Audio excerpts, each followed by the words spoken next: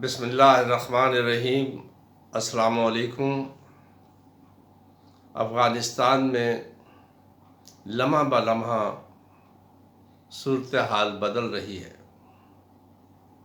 اب اشرف غنی مبینہ طور پر کچھ چینلز کے مطابق استعفیٰ دے چکے ہیں اور کچھ کے مطابق بہت جلد استعفیٰ دینے والے ہیں۔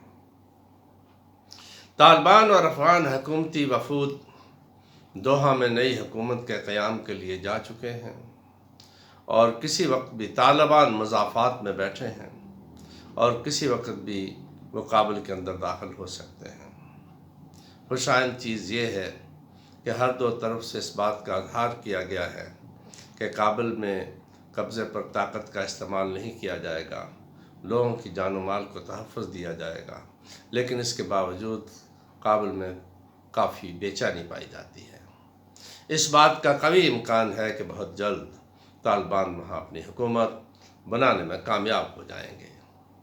امریکہ وہاں سے اپنے سفارت خانے سے لوگوں کو انخلاء کی جانب بڑھا ہوا ہے، اس کے میرینز آ گئے ہیں اور انہوں نے واپس جانا شروع کر دیا ہے۔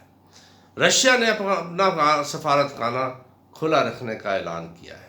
ہم اس قسم کی متوقع صورتحال کا میں پچھلے لیکچرز میں بڑا واضح اس کے اوپر لیکچر میرے موجود ہیں، جو سننا چاہیں ان سے سن سکتے ہیں کہ یہ ہونے والا ہے۔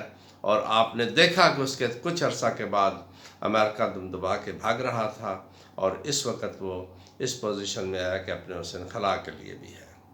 جو بائیڈن نے اپنے طور پر دھمکیاں دی ہیں۔ پاکستان کے لیے لمحہ فکریہ ہے۔ پاکستان نے اس بات کا اعلان کیا ہے اور یہ بڑا اچھا اعلان ہے کہ ہم کسی بھی آنے والی حکومت کو جس کو عوام بنائیں گے ہم اس کے ساتھ ہیں، ہم کسی کے ساتھ مداخلت کرنے نہیں جا رہے ہیں۔ یہ بڑا اچھا اعلان ہے، لیکن اس کے ساتھ ہی اس بات کو بھی میں واضح کرتا جاؤں، اور میں نے پچھلی ان میں یہ بیان بھی کیا ہے کہ مشرف کی حکومت اور پیپلز پارٹی کی حکومت، مسلم لیگ نواز کی حکومت اور عمران خان کی حکومت جو دسمبر 2020 تک 20 سال تک حکمران رہے ہیں اور وہ مشرف کی حکومت کے پالیسیز کی کنٹینیوٹی تھی، ان پالیسیز نے پاکستان کے لیے مشکلات پیدا کی ہیں۔ اس وقت اس امر کی ضرورت ہے کہ ان پالیسیز کو تبدیل کر کے بالخصوص اندرونی اتحاد کی جانب بڑھا